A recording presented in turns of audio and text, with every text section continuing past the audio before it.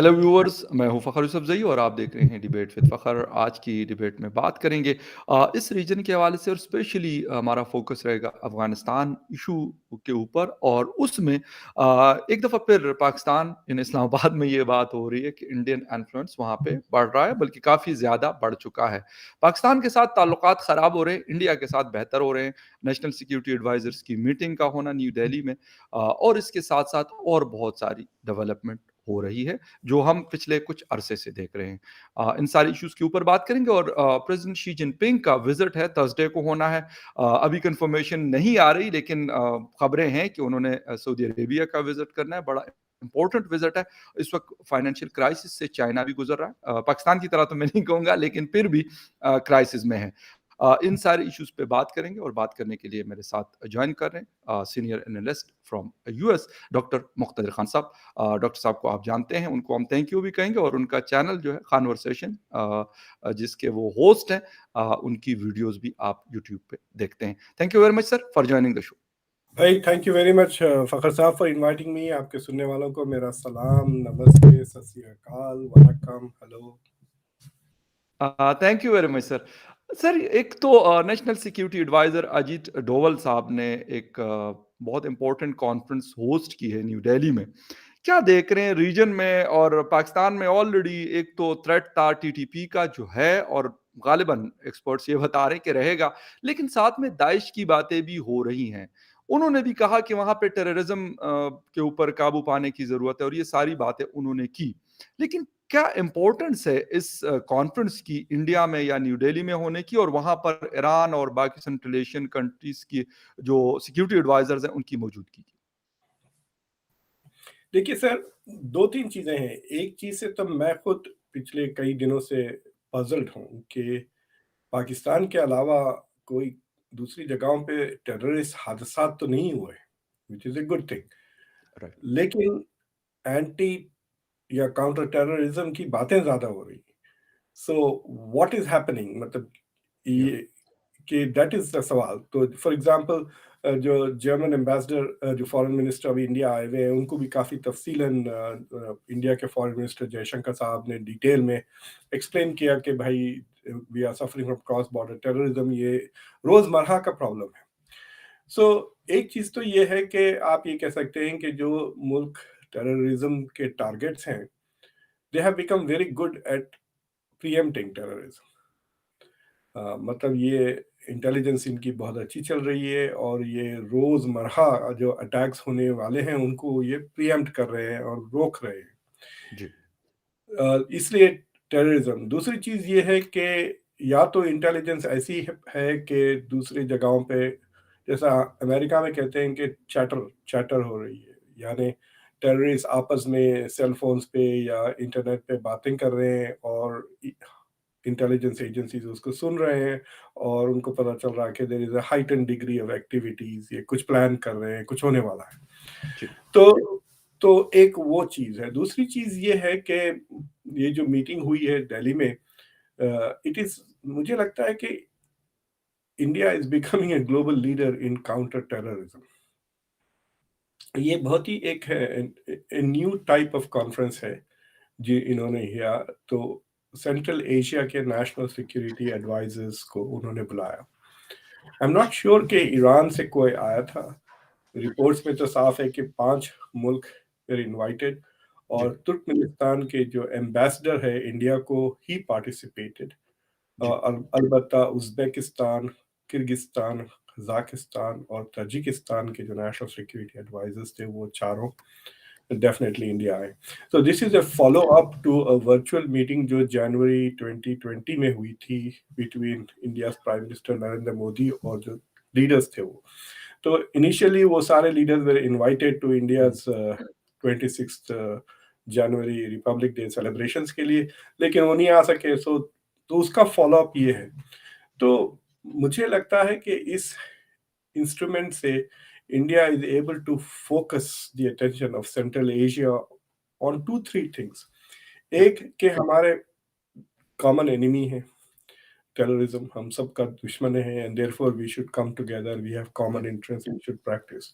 दूसरी चीज ये है कि India is willing to provide the framework for such discussion. India is able to provide forum, host कर रहे हैं कॉन्फ्रेंस. और दूसरी चीज़ ये है कि मुझे अच्छी तरह से आई कैन टेल यू कि इस मीटिंग्स के दौरान जो अनऑफिशियल इंटेलिजेंस ब्रीफिंग्स हुए होंगे, that would also have been very beneficial to the दूसरे मुल्कों के लिए. तो India is becoming like a resource to fight against terrorism. तो उसलिए वजह से India is sort of becoming the regional leader in counter terrorism. Right. तीसरी चीज ये है कि इंडिया ने इंटरेस्टिंगली इस मीटिंग में ना सिर्फ अफगानिस्तान की बात की, बल्कि ईरान का जो पोर्ट है चाबहार उसकी बात की. और हालांकि यूजुअली चाबहार का discussion comes in connection with connectivity कि भाई India is not able to connect to Central Asia because Pakistan land route नहीं देता, तो इसलिए वो पाकिस्तान को बाईपास करके चाबहार पोर्ट के through they connect to Central Asia ताकि उनके साथ ट्रेड वगैरह का इस्तेमाल हो. India tying that to a terrorism conference खुद in itself is a very interesting development कि चाबहार पोर्ट की कनेक्टिविटी टेररिज्म से क्यों देखी जा रही है. That's an interesting question. Chabahar port का एक हिस्सा है जो इंडिया की स्टेट ओन्ड कंपनीज मैनेज करते हैं. एक पोर्ट, एक हिस्सा समझे जहां पे इंडिया के शिप्स आ सकते हैं, डॉक कर सकते हैं. तो ये टॉपिक्स पे डिस्कशन हुई है. जहां तक अफगानिस्तान का सवाल है, अफगानिस्तान में सितंबर में नहीं जुलाई में जब अयमन जवाहिरी को अमेरिका ने मारा था ड्रोन से, तो अयमन जवाहिरी साहब काबुल में थे. एक दूसरे वो कोई हक्कानी नेटवर्क के किसी लीडर के घर पर थे वो, जहां पे उनको मारा गया.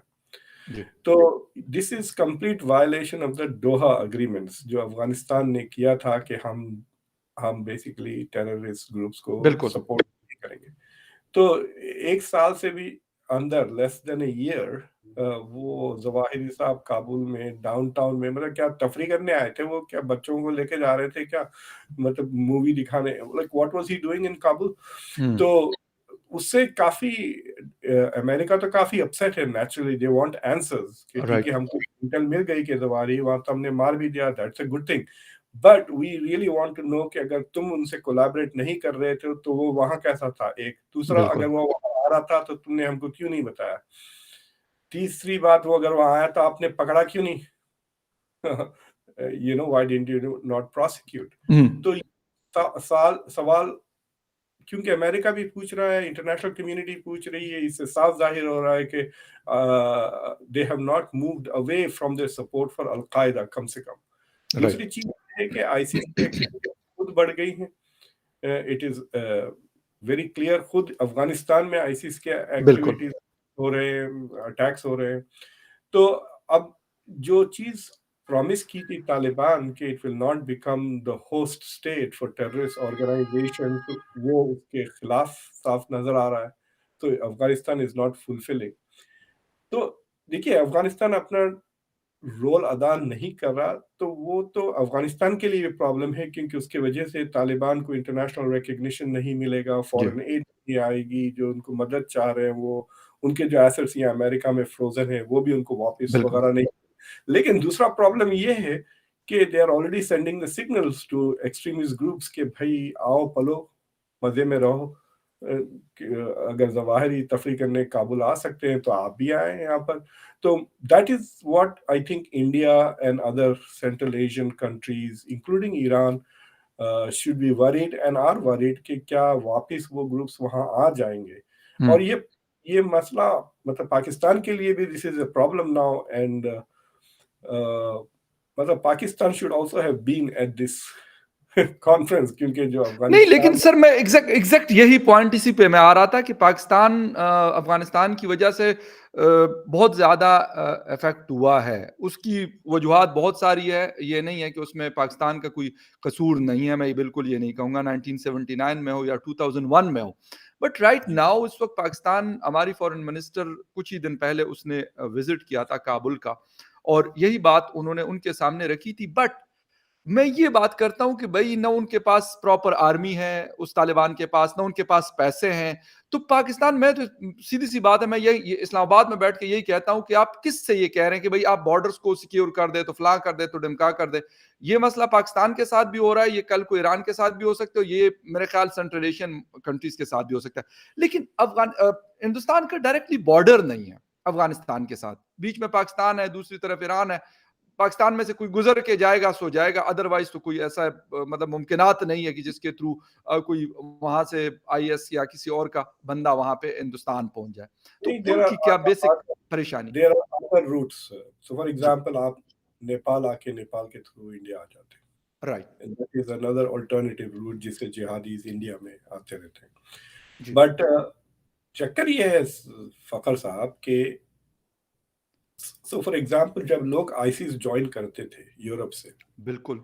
तो वो जाते थे तुर्की। यस। और ऐसा नहीं था कि तुर्की में जाके बस लेके वो सीरिया जा रहे थे। When they used to join, they used to, before they reach Turkey, they would connect with somebody in ISIS, right?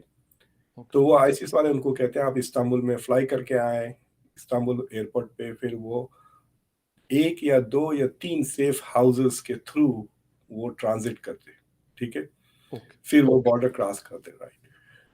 तो क्या टर्की की इंटेलिजेंस इतनी कमी थी कि उनको नहीं पता था कि ये सेफ हाउसेस बिल्कुल। इसलिए एग्जैक्टली। इस्तेमाल हो रहे हैं, ठीक नो है? डाउट, बिल्कुल सही। सो उसी तरह से अगर if ISI is a competent intelligence agency, तो उनको भी जी। पता होगा कि टीटीपी की क्या एसेट्स हैं पाकिस्तान में। वो उन्हें एक ही दिन में क्यों नहीं बंद कर देते? जी। पूरे के पूरे एसेट्स उनके, why are they not frozen? क्या पाकिस्तान आर्मी के पास ये कैपेबिलिटी नहीं है कि वो बॉर्डर क्रॉस करके अफगानिस्तान इनके घर में जाके इनको मार के आए, टीटीपी को? I guarantee you, if Pakistan plans an operation to clean up the terrorists inside the border of Afghanistan, सारी इंटरनेशनल कम्युनिटी पाकिस्तान का साथ देगी। एयर कवर भी दे देंगे अमेरिका इंडिया मिलके। आप ग्राउंड पे ऑपरेशंस तो करके बताएं to clean up Afghanistan. Pakistan ये नहीं कर सकता क्योंकि मिक्स्ड है भाई, अपना बंदा उनका बंदा समझ में नहीं आता। हम्म। मैं एक ब्रिटिश फौजी से बात कर रहा था, वो शुरू के दिनों में कह रहे थे अफगानिस्तान में जब हम ऑपरेशंस कर रहे थे तालिबान के खिलाफ, अलकायदा के खिलाफ, हमको प्रॉब्लम हो रही थी नाइट में, क्योंकि जो अंग्रेजी बोल रहे थे लोग, उसमें तालिबान कौन है और ब्रिटिश सोल्जर कौन है हमको समझ में नहीं आ रहा था क्योंकि दोनों तरफ ब्रिटिश वॉलंटियर्स लड़ रहे थे उस जमाने में, राइट? तो सो दे सेड के बाद में वो समझने लगे कि जो वॉलंटियर्स आ रहे थे बर्तानिया से, वो कौन से रीजनल एक्सेंट में बात करते हैं। तो ओके। आप तो पाकिस्तान मिलिट्री के लिए ऑपरेशन ये है कि हमारे एसेट्स कौन से हैं, हमारे दुश्मन कौन है, वो जरा क्लियर ही नहीं है ना। एक दिन वो एसेट होता है, दूसरे दिन वो दुश्मन हो जाता है। हम्म। तो that is the problem for Pakistan के वो इतना इन्वॉल्व हो गया है इस एक्टिविटी में कि it is not able to separate itself and shut it down. हर फौज में दे आर फ्रेंड्स, गवर्नमेंट में फ्रेंड्स, मुल्लागिरी में फ्रेंड्स।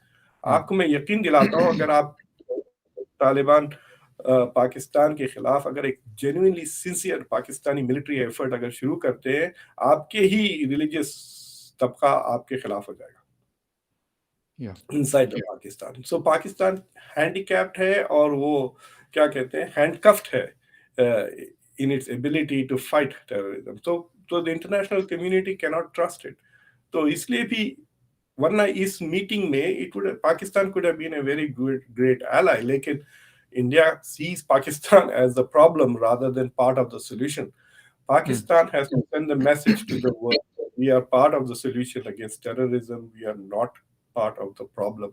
लेकिन और सर एक वो चीज़ तो बड़ी क्लियर है, एक चीज़ तो सर बड़ी क्लियर है और वो ये है कि 15 अगस्त को ठीक है पाकिस्तान में भी ये बातें हो रही थी और बड़ी खुशियाँ भी मनाई जा रही थी कि यार ये हमारे अपने हैं। हालाँकि मेरे जैसे छोटे जर्नलिस्ट से लेके बड़े लोग जो 25-25, 30-30 सालों से अफ़गानिस्तान को कवर करते हैं, उन्होंने ये बात कही थी कि भई ये वाले तालिबान और वो वाले तालिबान दोनों एक हैं। टीटीपी आप उनको कहें या टीटीए कहें।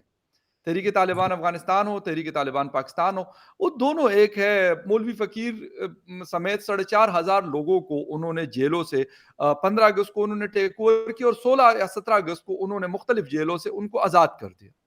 तो जो जी पाकिस्तान में कमज़ोर पड़ भी गए थे, वो स्ट्रेंथन हुए हैं। लेकिन ये मसला तो है, ये किसी एक का मसला नहीं है कि अगर मैं कहूँ कि सिर्फ पाकिस्तान का, अगर पाकिस्तान को नुकसान पहुँचता है, तो डू यू थिंक ये बाकी इर्द-गिर्द के ममालिक बच सकते हैं, जिसमें इंडिया भी शामिल है? क्योंकि उनके साथ मैं आपको एक बात बड़ी क्लियर बता दूँ, पाकिस्तानी फ़ौज ने तो मतलब बहुत ज़्यादा बर्दाश्त कर लिया और बहुत सारी लाशें उठा ली, लेकिन मुझे नहीं लगता कि कोई और मुल्क उठा सकता है। देखिए, the problem is because they are so close to you ना, आपके या बॉर्डर, आपको ज्योग्राफी भी आपके साथ नहीं जी, दे जी। रही है, right? So but the problem is कि फॉर एग्जाम्पल मैं आपको मिसाल देता हूँ कि जी, जी। पाकिस्तान इज द बिगेस्ट, खासतौर से जब इमरान खान प्राइम मिनिस्टर थे, आप तो ऐसा बिहेव कर रहे थे जैसा कि आप तालिबान के बिल्कुल। प्रेस प्रेस एजेंट है, sir right? Spokesperson Shah Mahmood Qureshi और इमरान खान दोनों थे, बिल्कुल सही कहा आपने। तो like what is the world to make of it ना? सो अगर ठीक है, आप हमको कह रहे हैं कि आपके पास इन्फ्लुएंस है अफगानिस्तान में, ठीक है, show the influence, go back there and fix the problem ना। राइट, तो दूसरी चीज ये है कि अल्टीमेटली जिस सवाल तालिबान के लिए यही है कि वो बनना क्या चाहते हैं, क्या यही रहेंगे वो हमेशा के लिए दुनिया के राइट। लिए टेररिस्ट? मतलब प्रॉब्लम हर, ना सिर्फ वो, मतलब अगर आप इसको कह दिए कि दे आर फाइटिंग जिहाद फॉर इस्लाम, ये बकवास चीज है, वो हर मुसलमान कंट्री के लिए प्रॉब्लम है। ये जो सेंट्रल एशिया के जो कंट्रीज आए हुए हैं, दे आर बिल्कुल। All Muslim majority countries who are worried about हाँ, टेररिज्म फ्रॉम मुस्लिम्स। या और तो मुझे लगता है कि this there are some very serious questions that Pakistan की जो रिलीजियस एस्टेब्लिशमेंट है और अफगानिस्तान के जो तालिबान है, कि वो किस किस्म का मुस्तकबिल चाहते हैं। देखिए, आप पिछले 10, 15, 20, 30 साल से देख रहे हैं कि नॉर्थ कोरिया को किस तरह से आइसोलेट कर दिया गया। बिल्कुल, यस, नॉर्थ कोरिया के पास वेपन्स है, थोड़ी बहुत साइंस और टेक्नोलॉजी है, लेकिन आप उनकी गुर्बत, उनकी जो पब्लिक है, या आधे से ज्यादा वक्त वो भूखे रहते हैं, they are so backward, so isolated. दुनिया किधर गई उनको पता नहीं है, बिकॉज दे आर बिल्कुल, not connected to the world. Yes. Afghanistan और आपका एरिया ऐसा हो सकता है कि दुनिया आपको कट ऑफ कर देगी, हुँ, आप करते रहेंगे टेररिज्म टेररिज्म, फिर वो मारते रहेंगे वापस आपको। अब तो टेक्नोलॉजी इतनी एडवांस हो गई है, ड्रोन्स वगैरह, they can have drones permanently flying over it. भाई, आपको पता है अब they are also planning something, जैसे एयरक्राफ्ट कैरियर्स नहीं होते समंदर में, वैसे एयरक्राफ्ट कैरियर एयर में से, ईयर में, एयर में तो बड़े बड़े ड्रोन फ्लाई करेंगे, जिस छोटे drones will be taking off and operating. तो that is not a big deal to do, मतलब they can continue to keep Afghanistan isolated. और वो क्या, मतलब इनके पास डिप्लोमेसी के अलावा यही है कि भाई हमारी मदद करना, वरना हम टेररिज्म करेंगे। सर ये बिल्कुल आपका ये पॉइंट इसलिए मुझे वैलिड है, लग रहा है और मैं एग्री भी कर रहा हूँ आपकी इस बात से कि शुरू-शुरू के दिनों में उन्होंने कुछ नहीं किया, बल्कि तकरीबन 6, 7, 8 महीने उन्होंने देखा कि यार दुनिया हमें जो है बस ठीक है, कुछ नहीं कह रही, लेकिन हमें लिफ्ट भी नहीं करा रही। तकरीबन ऐसा ही सिचुएशन थी। लेकिन जब उनको लगा कि यार अब तो पैसे भी हमारे पास नहीं है, कारोबारी ज़िंदगी चलाने के लिए पैसा चाहिए, और वो प्रेशर भी डालते रहे। अब उन्होंने लोगों को कोड़े मारने भी शुरू किए और भी बहुत सारी ऐसी चीज़ें, आप भी रोज़ वीडियोज़ देख रहे होंगे, मैं भी यहाँ पे बैठ के देख रहा होता हूँ। तो ये इसलिए नहीं है कि वो दुनिया को बताए कि हम फिर अवाम के साथ ये करेंगे, हालाँकि ज़्यादती है, किसी के साथ भी इस तरह नहीं होना चाहिए। देखिए, इवेंचुअली जो होप है, जो जो तालिबान के साथ नहीं है, जो जी, उन वो अफगानिस्तानी की ये उम्मीद है कि the world will come and rescue them. The world is not coming to rescue them. The सही, वर्ल्ड आइसोलेट कर देगा अफगानिस्तान को, वो भूखे मरेंगे, जो ऑलरेडी हो रहा है, राइट? या अब आपको पता है अफगानिस्तान की जो फूड क्राइसिस है, उसकी तो अब गुफ्तगू भी नहीं हो रही है। पहले तो एटलीस्ट उसका अवेयरनेस था, now nobody even cares about talking about it, right? तो तो आप देखें, अगर खुदा ना खास्ता कोविड जैसी नई चीज दोबारा आ जाती है, तो फिर कौन मदद करेगा इनको? इनको एग्री, क्या ये खुद रिसर्च करके वैक्सीन पर बनाएंगे? ये खुद बनाएंगे इक्विपमेंट टू फाइट? कुछ भी नहीं, they are going to be isolated from the world. तो मुझे लगता है कि इवेंचुअली एक ऐसा टिपिंग पॉइंट आएगा कि अफगानिस्तान की आवाम विल रियलाइज कि they have been internally colonised, और ओके, वो फिर रिबेलियन वो होगा, फिर वही इंटरनेशनल, फिर वहां पे फिर वही पाकिस्तान का रोल आ जाएगा कि अरे पाकिस्तान अफगानिस्तान खैर में इंस्टेबिलिटी हो रही है, पाकिस्तान के थ्रू जाना पड़ेगा अगर इंटरनेशनल कंट्रीज। और मुझे ये लगता है अफगानिस्तान के लिए डिलेमा ये है कि अगर वो अपनी पॉलिसीज नहीं चेंज करते, ठीक है, हुँ, वो अगर हुँ, वो पॉलिसीज नहीं चेंज करे तो दुनिया उनसे बात नहीं करेगी। तो दुनिया के या अटेंशन में रहने के लिए, कहते हैं ना, बच्चा जो शरारत करता है टू अट्रैक्ट अटेंशन कहते हैं, लेकिन you have to make sure कि शरारत का नेचर ऐसी हो कि आपको अटेंशन मिले लेकिन या आपको जूते ना पड़े। बिल्कुल। राइट। नहीं, तो बिल्कुल ठीक।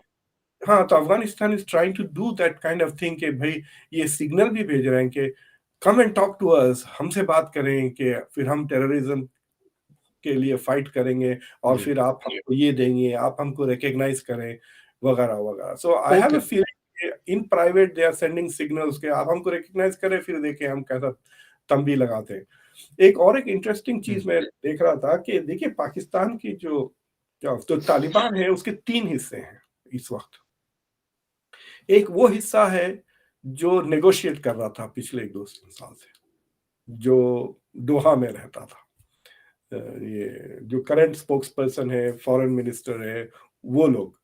दूसरा वो मुल्ला याकूब, जो मुल्ला उमर के शायद बेटे हैं, बिल्कुल, बिल्कुल बैठे हैं। तो वो तो they defence are the minister.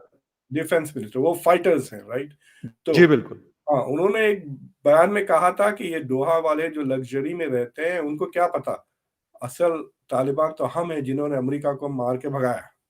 So there is a division between the जो लोग डिफेंस में हैं, जो लोग फॉरेन मिनिस्ट्री में हैं, कि उनके अप्रोच, उनकी फिलॉसफी में फर्क।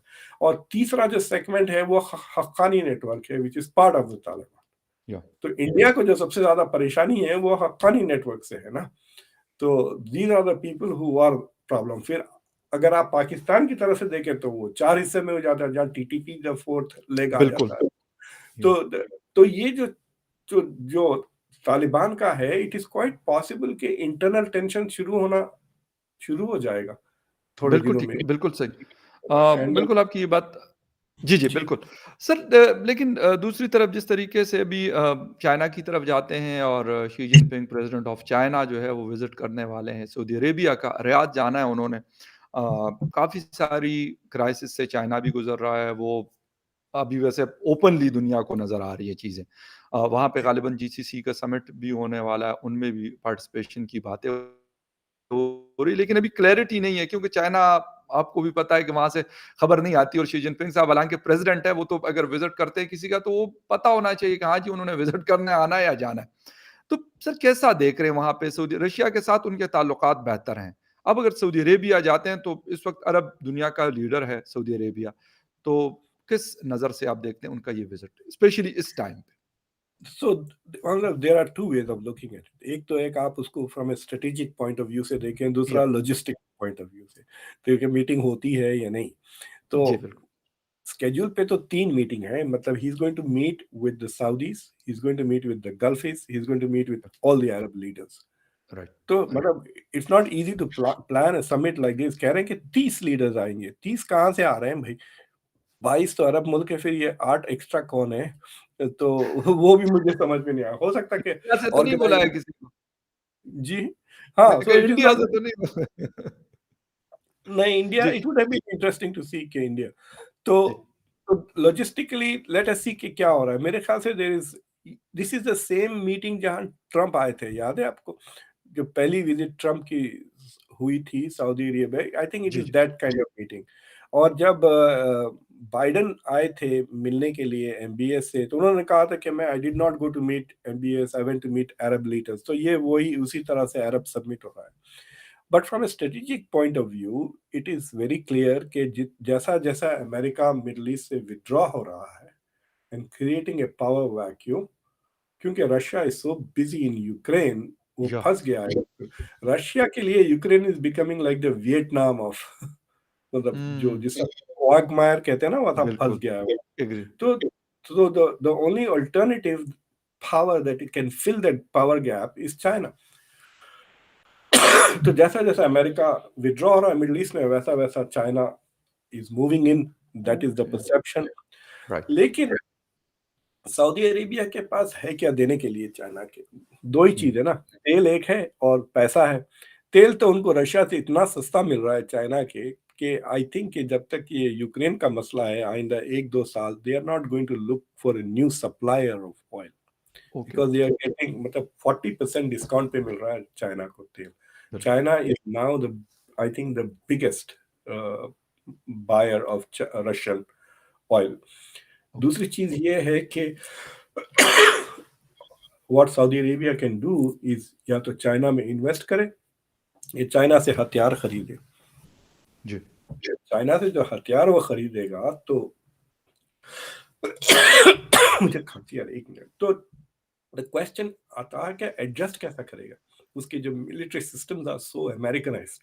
या एयरफोर्स में F-16 से F-35 भी है शायद, नहीं वो तो यूएई के पास है। तो how will they adjust to the new military setup वगैरह? जी, तो I am not very sure कि सऊदी अरेबिया के पास इतना ऑटोनमस डिफेंसिव इंटेलेक्चुअल कैपेबिलिटी है कि they find a way to work around the American defence infrastructure. जो उनके पास जो इंफ्रास्ट्रक्चर है is very similar to what the US has. इसका मतलब इट्स लाइक सेइंग कि भाई मेरा जो स्टूडियो है आपके स्टूडियो के वैसे ही है, आपको भी पता है बिल्कुल, हाउ टू यूज इट, एक माइक है, एक ये या है, आप मेरे या पास आए तो आप इमीडिएटली शो शुरू कर सकते हैं ना, ये सेटअप बिल्कुल, लेकर। एग्ज़ैक्टली, तो सऊदी अरेबिया का जैसा सेटअप है, America can simply move in their with its people and they can run a war out of Saudi Arabia based on the infrastructure of Saudi Arabia, because it is very similar to Americans. Saudis या को आए या ना आए, American को तो आता है ना, उन्हीं का सिस्टम है, तो या हम वहां जाके आराम से इस्तेमाल कर सकते हैं सिस्टम। तो उनका जो डिफेंस इंफ्रास्ट्रक्चर और आर्किटेक्चर है that so based on American systems, कि वो अगर हथियार खरीदने लगेंगे रशिया से, then how will they incorporate that? Right, बिल्कुल। It is easy. आप अगर आप F-16 के पायलट है, इसका मतलब ये नहीं कि आप जाके चाइना के वो SU जो भी है हाँ, वो J-10 या कोई भी उड़ा देंगे। उड़ा लेंगे। It is not going to be uh, working या that easy, you have to be या रीट्रेन्ड बिल्कुल, टू बिल्कुल, डू। बिल्कुल, तो मुझे लगता है कि this is more of teasing America than actually moving away from America, कि अमेरिका को कह रहे हैं कि भाई हमारे पास ऑप्शंस हैं, हम इनके साथ भी जा सकते हैं तफरी के लिए। So that is the right, message that they are trying to send, but I don't think it can be serious for some time. सो दो चीजें आपको पता है कि बाइडेन ने कहा था कि एक हम पहले सऊदी अरेबिया को पराया बना देंगे, फिर उसके बाद उन्होंने विड्रॉ कर लिए वो स्टेटमेंट, जाके एमबीएस से दोस्ती कर ली। जी, फिर इसके बाद सऊदी अरेबिया ने ओपेक के थ्रू ऑयल की कीमतें बढ़ा दी, तो फिर अमेरिकन फिर जी, नाराज हो गए, कहने लगे कि we will try and reboot and rethink our relations with Saudi. लेकिन फिर उसके बाद फिर इम्यूनिटी की बात कर दी एमबीएस की।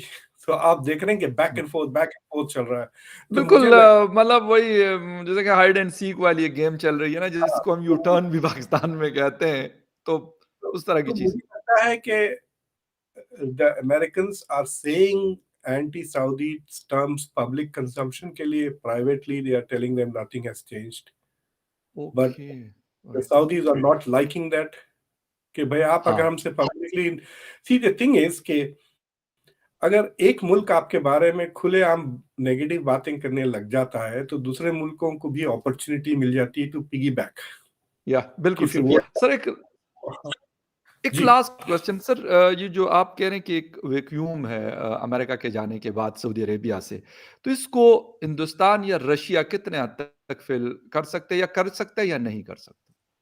देखिए अभी तक तो कोशिश ये है कि why would India want to get involve security wise? Okay, India का right now focus is to do business. India has become like a okay, businessman. Alright. गुजरातियों का कंट्रोल है इस मुल्क पर। तो वो बिजनेस ज्यादा करना चाहते हैं। राइट? तो they are looking at the Middle East and saying ठीक है, हम आपको क्या बेच सकते हैं, आपसे क्या सस्ते में खरीद सकते हैं, वी वांट टू ट्रेड, जी, वी वांट टू बाय। इस हुँ, तरह से चल रहा है India influence. India does not want to get involve in the strategic problems जो मिडल ईस्ट के। ओके, दूसरे है कि मिडल ईस्ट के problems, they want you to solve their problems, they are not solution to any other problem, right? हुँ, तो जो बिल्कुल, vacuum America जो धीरे धीरे क्रिएट कर रहा है बाय स्टेडीली विड्रॉइंग, उसको कई लोग फिल करने की कोशिश करे। लीबिया के मसले पे आपने देखा कि फ्रांस ट्राई टू मूव हाँ, इन अ लिटिल या बिट। हाँ, बिल्कुल। और सीरिया में आपने जरा भी अमेरिका जगह छोड़ते रशिया ने वहां पे बेसिस बना लिए। हाँ, लेकिन ईरान भी काफी फैल गया है, मिडल ईस्ट में एक्सपैंड हो गया है, trying to fill that gap, right. But right. मुझे लगता है कि the Middle East is desperately looking for sponsor. उनको कफील चाहिए बेसिकली। तो इसराइल को लेकर आ गया उन्होंने through Abrahamic accords. Uh, so part of the vacuum जो अमेरिका क्रिएट कर रहा है, that Israel is willing to fill, and it is there. फिर India is also part of the deal, but they are trying to attract India. India भी उतना फंसा नहीं जितना इसराइल आ चुका है। और फिर अब चाइना भी आना चाहा है। चाइना का intentions are very different. I don't think कि द अरब ममालिक चाइना को उस तरह मैनिपुलेट कर सकते हैं जिस तरह वो उन्होंने यूएस को किया है। US has allowed itself to be हाँ, एक्सप्लॉइटेड राइट। मिडल ईस्ट में। हाँ, तो प्लस अभी मतलब मिडल ईस्ट में जो ऑयल, दो किस्म के मुल्क है ना, एक तो ऑयल वाले हैं, बाकी के प्रॉब्लम वाले हैं। तो जिनके पास ऑयल है आप उनसे हुँ, ऑयल खरीदें, और उनके पास क्योंकि ऑयल की वजह से उनके पास पैसे हैं, then you can sell them things ना। तो उनको आपकी या चीजें बिल्कुल अच्छी मार्केट, मार्केट है। हाँ, इट्स अ गुड मार्केट। सो बिल्कुल, दैट इज बिल्कुल। Always an attraction. वो इंडिया के लिए भी अट्रैक्शन है। आप इंडिया के अखबारात लिखे, मैं मिडिल ईस्ट के कई अखबारात के लिए लिखता था पहले। Nearly every middle east newspaper ओज मी थाउजेंड्स ऑफ डॉलर्स, कभी पेमेंट नहीं भी जाया। एनीवे अब मैं बंद कर दिया हूँ। तो मैं ओके। जब गया था एक बार, एक मुल्क का नाम नहीं लेता, तो मैं उनके एडिटर से मिला। तो वो निकले मलयाली एडिटर साहब। मेरी बड़ी हैरत हुई। मैं बोला वाह, आप केरला से हैं? He said, हाँ। मैं बोला यार, मैं तुम्हारी हिम्मत की दाद देता हूँ, मैं इतना क्रिटिकल स्टफ लिखता हूँ, आप छापे जाते हो। I am so impressed. तो he said, यार आप अंग्रेजी में लिख रहे हो, सिर्फ इंडियंस ही पढ़ते हैं और कोई नहीं पढ़ता है। ज़बरदस्त। इन जो पेजेस है, क्रिकेट का पेज, बॉलीवुड का पेज, ये सब देखते हैं मिडिल ईस्ट। बॉलीवुड सब ज़बरदस्त। देखते हैं, क्रिकेट इंडियंस। और जो एडिटोरियल पेज है वो मुश्किल से हैंडफुल ऑफ लोग। तो मैं बड़ा अपसेट हो गया था। आई रियलाइज कि मैं फुजुल के अखबार का स्पेस भर रहा था। मैंने जाना बंद कर दिया उनको। सही, बट बिल्कुल ठीक। व्हाट, हाँ, what I am trying to say is कि उस मुल्क, हुँ, दीज आर मतलब, I don't want to say it, but बहुत शैलो मुल्क है। या एग्ज़ैक्टली। बहुत शैलो मुल्क हैं, और कुछ ज़्यादा मतलब एंगेजमेंट नहीं है। बस अगर आप उनके पास नए किस्म के परफ्यूम्स के बारे में तफसीलन डिस्कशंस हो सकते हैं, फुज़ूल किस्म की बातें। पर देयर इज़ नो, बड़ी-बड़ी बिल्डिंग्स बहुत बना रहे हैं सर। हाँ, वो तो स्काई ख़ैर स्क्रैपर्स आपको वो तो वो एक इस तरह हदीस की के चीज़ों के मुताबिक। बड़े शौकीन हैं वैसे, ये बात सही है आपकी, बड़ी-बड़ी गाड़ियाँ खरीदने के बड़े शौकीन हैं। But they are not in investing in science वगैरह। फॉर एग्जांपल मेरे स्टूडेंट्स पढ़ाते हैं, वहाँ प्रोफेसर्स हैं। और एक मैं आपको दिलचस्प, एक स्टूडेंट को 1 हफ्ता पहले जॉब मिला, तो वो गई वहाँ पढ़ाने के लिए। जी, तो फिर अब वो 1 हफ्ते में आप कैसा सिलेबस वगैरह सेट, तो उसने मुझे फ़ोन करके कहा, "professor Khan, can I use your syllabus?" जो मैं जी। ग्लोबल अफ़ेयर्स की थी। मैं बोला, "ले लो मेरी ग्लोबल पूरे ले लो सिलेबस, यूज़ देम ऑल।" तो अब उसने मेरा सिलेबस लेके पढ़ाना शुरू किया। It is intro to international relations की क्लास, फ़खर साहब। 1 हफ्ते, हुँ, 2 हफ्ते के बाद उसके खिलाफ सारे स्टूडेंट्स कंप्लेन करना शुरू कर दिए। तो डीन ने बता के पूछा कि तुम इतना क्या पढ़ा रहे हो? तो मेरे जो स्टूडेंट्स हैं वो तकरीबन 50 से लेके 60 पेजेस तक पढ़ते हैं हर हफ्ता, अंडर ग्रेजुएट स्टूडेंट्स। ज़बरदस्त। और जो पीएचडी स्टूडेंट्स हैं वो एक किताब और 5-6 journal articles, so one book plus 200 to 300 pages per week they have to read before they come to the class। तो ये बच्ची वो सिलेबस उठा ली वहां पे वो 50 पेजेस महीने में नहीं पढ़ रहे, तो क्या वो रोज पढ़ के आएंगे क्लास को। और वहां पे इतनी हुँ, दौराशी सेट के आईपैड्स पड़े हुए हैं हर जगह, लाइब्रेरी में जहाँ आप उठाएं ले लें, पढ़ लें, ये पढ़ लें, कुछ भी मतलब रिसोर्सेज की कमी नहीं है, बट इंटरेस्ट की पढ़ने वाले बिल्कुल नहीं जीरो। हैं, पढ़ने वाले नहीं, अफसोस हुआ। बिल्कुल सर, अफ़सोस है बिल्कुल कि इतना सारा कुदरत की तरफ से बहुत कुछ है, लेकिन ये कि उसको इस्तेमाल करने वाले नहीं हैं और जिनके पास नहीं है, तो वहाँ इस्तेमाल करने वाले बहुत हैं, लेकिन उनके पास रिसोर्सेज़ नहीं है और अगर अभी उनको दिए एग्जाम जाए तो शायद उससे फ़ायदा उठाया जा सकता है। मोरक्को में मैं एक बार रात को मेरी सुबह-सुबह ट्रेन थी। रबात से मराकश जा रहा था मैं, सुबह-सुबह 5 बजे। तो मुझे ज़रा डर था कि मैं शायद मिस कर दूँ और टैक्सी वगैरह ना मिले। तो मैंने क रात को 1 बजे टैक्सी ले ली। मैं बोला जाऊँगा मैं एयरपोर्ट पे, और उनके पास मोरक्को के रेलवे स्टेशन पे वाई-फाई बहुत फर्स्ट क्लास है। अच्छा, मैं वहाँ जाऊँगा, कैफेटेरिया में बैठ के मैं थोड़ा काम कर लूँगा, फिर सुबह ट्रेन पकड़ लूँ। मैं वहाँ गया तो सारे के सारे कैफ़े भरे, स्टेशंस भरे हुए। सारे के सारे स्टूडेंट्स पढ़ रहे थे। ज़बरदस्त, तो that was good. The final exams का कुछ वीक था। मुझे जगह ही नहीं मिली बैठने के लिए स्टेशन पर। सारे के सारे बच्चे वहाँ आए, सारे रेस्टोरेंट्स भरे हुए थे। मैं बड़ा खुश भी हुआ देख के कि at least somewhere in the Arab हाँ, वर्ल्ड के बच्चे बिल्कुल। मेहनत कर रहे बिल्कुल, बिल्कुल, हैं। बिल्कुल, बिल्कुल सर, बट बिल्कुल आई सही है डिडन्ट सी दैट गल्फ अ और रिच ऑयल कंट्री में नज़र नहीं आता है। एग्ज़ैक्टली यही है कि वो लोग पैसा उनके पास बहुत है और वो फ्रांस से भी चीज़ मँगवा लेते हैं, अमेरिका से भी मँगवा लेते हैं और यूरोप से भी मँगवा लेते हैं, लेकिन ये कोशिश कभी नहीं करते कि यार हम खुद भी कुछ तेल तो चलो वो निकला हमारे वसन निसार साहब कहते हैं कि यार उसमें तुम्हारा क्या कमाल है? वो तो कहते हैं अमेरिका आया तो उसने आपको बताया कि यार ये बड़ी इम्पोर्टेंट चीज़ है और वो निकाल के भी दे दी और अभी तक निकाल के दे रहा है। लेकिन ख़ैर एनीवे हमें अपने आपको मुल्क पता की करने है की ज़्यादा जी, जी। आपको पता है जब काबा पे कब्ज़ा हो गया था, जी, जी। याद है 1980s में, तो फ्रेंच कमांडोज़ को अम्मान फ्लाई किया। अम्मान में उनको शहादा करवाया। वो वहाँ पे हुँ। शहादा लेके मुसलमान बने, फिर वो आके वो उसको रिलीज़ किए। फिर वो बाद में जाके पता नहीं कितने उनमें से so it is such a strange thing कि वो अपनी सिक्योरिटी भी नहीं कर सकती, इतनी नहीं कर बेसिक सकते, चीज़ है। बिल्कुल और वो तो हमें अभी भी रीसेंट पास्ट में भी चीज़ें हमें देखने को मिली है मुख्तलिफ मुल्कों के हवाले से। लेकिन ख़ैर एनीवे वो उनको क्या है वो उनको बड़े-बड़े जहाज़ खरीदना, बड़ी-बड़ी बिल्डिंग्स बनाना, बड़े-बड़े एयरपोर्ट्स बनाना, वो कहते हैं यही सारा काम है, बाकी चीज़ें चलती रहेंगी। Thank you very much sir for your time और thank you very much viewers for watching debate with Fakhar Yousafzai. किसी और डिबेट में फिर मिलेंगे, तब तक के लिए take care and bye. Thank you very much sir. Thank you very much. Thank you.